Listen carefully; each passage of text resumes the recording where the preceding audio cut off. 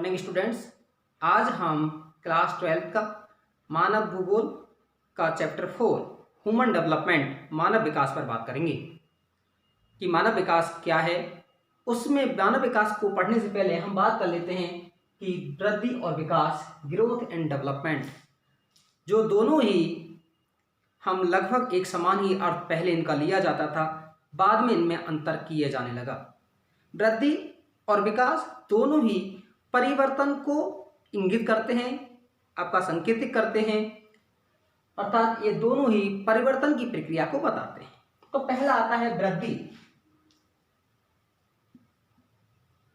देखिए ग्रोथ क्या है, जैसे जनसंख्या के संदर्भ में पढ़ा हुआ हमने, उसमें बताया था कि जनसंख्या के संदर्भ में कि जैसे मान लीजिए 2001 की जनसंख्या भारत की 102.7 करोड़ थी और जो 2011 में बढ़कर के 121.06 करोड़ हुई, अर्थात कितना परिवर्तन आया, 18.36, या इसको कहें परसेंट में तो 17.64%। ये था आपका। लेकिन हम सामान्य रूप में कहें कि वृद्धि क्या है, अकेला आपका पूछा जाए तो मानव के संदर्भ में तथ्य और आंकड़ों में होने वाला मात्रात्मक परिवर्तन क्या कहलाता है, हमारा वृद्धि कहलाता है।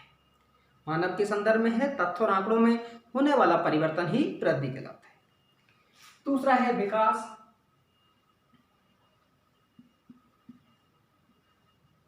विकास इससे बड़ी संकल्पना है, वो भी आपका मानव से संबंधित विभिन्न दशाओं में या वातावरण की परिस्थिति में तथ्य और आंकड़ों में होने वाला गुणात्मक परिवर्तन विकास कहलाता है। अब विकास की परिभाषा हर किसी के लिए अलग अलग होती है, उसका संदर्भ हर व्यक्ति के लिए अलग होता है। भिन्न भिन्न लोगों के लिए विकास के भिन्न भिन्न अर्थ होते हैं।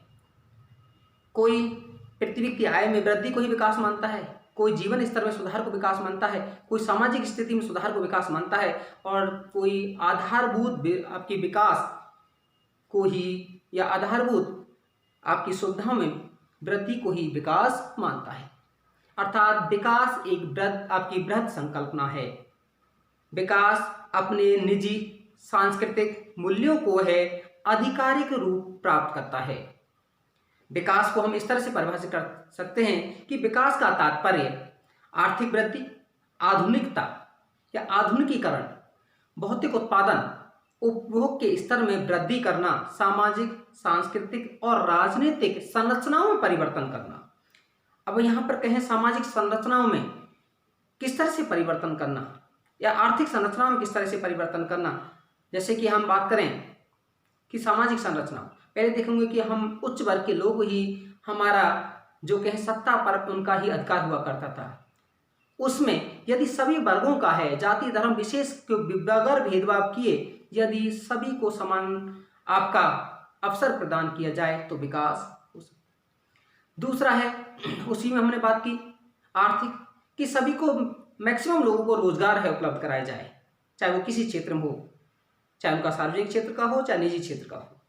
राजनीतिक संरचना में कि राजनीतिक स्थितियों में है जो निम्न वर्ग के लोग हैं उनको भी वहां पर सत्तासीन होने का है अवसर प्राप्त हो, संरचनाओं में परिवर्तन हो। जैसे कि पहले एक वर्ग विशेष ही हमारे देश का राष्ट्राध्यक्ष हुआ करते थे, अर्थात देश प्रधानमंत्री हैं एक आपका एक पार्टी विशेष से ही, एक आपका परिवार विशेष से ही हुआ करते थे, और वो आप देखिएगा समय है।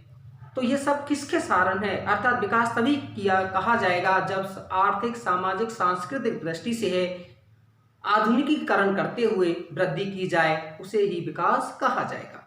अब हम दोनों में अंतर देख लेते हैं कि वृद्धि और विकास में अंतर क्या है। आप देखेंगे ये क्वेश्चन आता है वृद्धि और विकास में अंतर क्या है, कभी 3 मार्क्स का, कभी 5 मार्क्स का।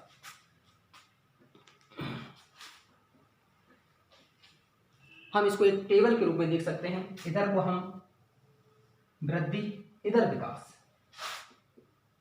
नंबर 1, पहली चीज वृद्धि में मात्रात्मक परिवर्तन को शामिल किया जाता है।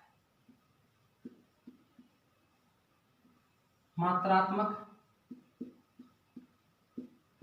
परिवर्तन, जबकि विकास है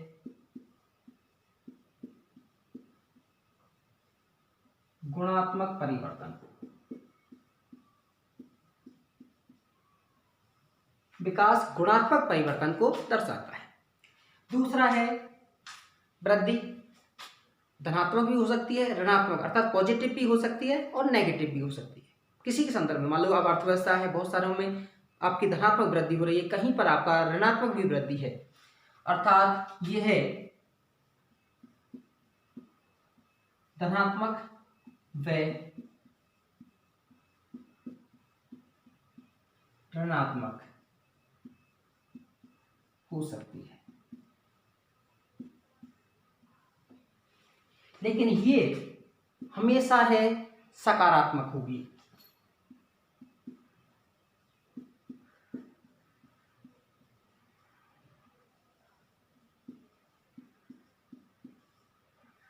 ठीक है। फिर है वृद्धि मूल्य निरपेक्ष होती है।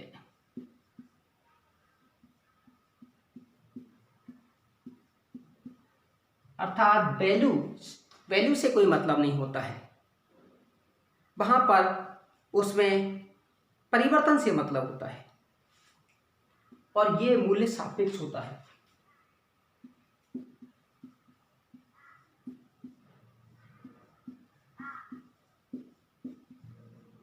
मूल्य सापेक्ष होता है।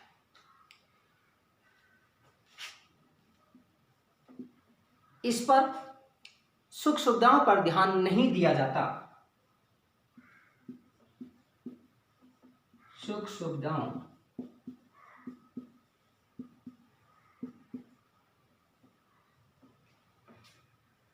पर ध्यान नहीं, लेकिन इसमें आधारभूत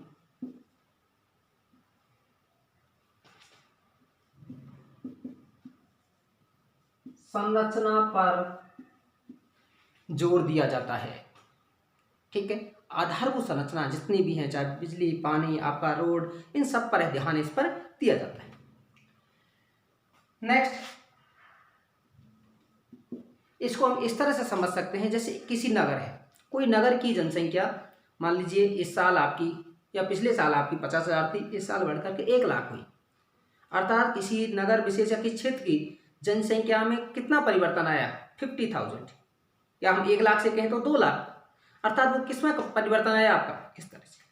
और उसमें हम बात करते हैं तो उसमें जो विकास है, विकास में सुख सुविधाओं पर जोर दिया जाता है, कल्याण पर जोर दिया जाता है कि वहाँ शिक्षा पर कितना खर्च किया गया, वहाँ पर हेल्थ पर कितना खर्च किया गया, लोगों की क्रय शक्ति बढ़ाने के लिए, जिस मनरेगा कार्यक्रम है क्रय शक्ति बढ़ाने के लिए, वो विकास से रिलेटेड है। विभिन्न पेंशन योजना है, वेलफेयर से रिलेटेड है आपकी। ठीक है, तो इस तरह का आपका हम स्वच्छ उस पर जो फ्री एजुकेशन या हम कहें निःशुल्क शिक्षा का अधिकार है, वो सब किससे संबंधित है? आपके वेलफेयर से रिलेटेड है। वो सब किस में है? विकास में। और उसके कारण हमारी साक्षरता में कितना परिवर्तन आया है। दूसरा है, ये वृद्धि है वो संकीर्ण अवधारणा है, जबकि वृद्धि है विकास के अंतर्गत शामिल की जाती है। अर्थात ये एक